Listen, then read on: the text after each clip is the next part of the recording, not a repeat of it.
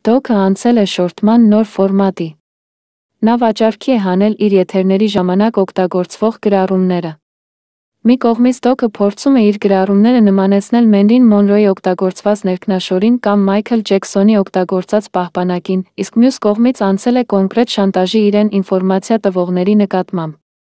Այս խարդախ ադրբեջանական լրտեսի նոթատետրում նշված են ինֆորմացիա տվողի անունը, ազգանունը, հեռախոսահամարը։ Սա է պատճառը, որ Մինետի արքան նշում է, թե որ օրերի նոթատետրն է վաճառում, որ շորթվողը հասկանա, որ առաջարկը իրեն է ուղղված և տալիս է 2 օր ժամանակ, որպեսզի իրեն գումարը ուղարկեն, հակառակ դեպքում նոթատետրը ինֆորմատորի անունով կհանձնվի հակառակ կողմին։ Փաստորեն արձանագրենք, որ այս շորթող կոմիկը, բացի իրեն զանգահարողներին ձայնագրելուց, նաև նշել է իրեն տեղեկատվություն տվողների անունները և այժմ էլ փող է շորթում, սպառնալով դրանք հրապարակել։ Փաստացի, բլոգերը հասկանում է, որ իր վերջը եկել է և հիմա վերջին կոպեկներն է քերում իրեն ինֆորմացիա տվողներից։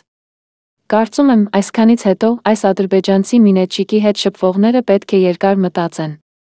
Շարունակելի, արժեհամակարգ նախաձեռնություն։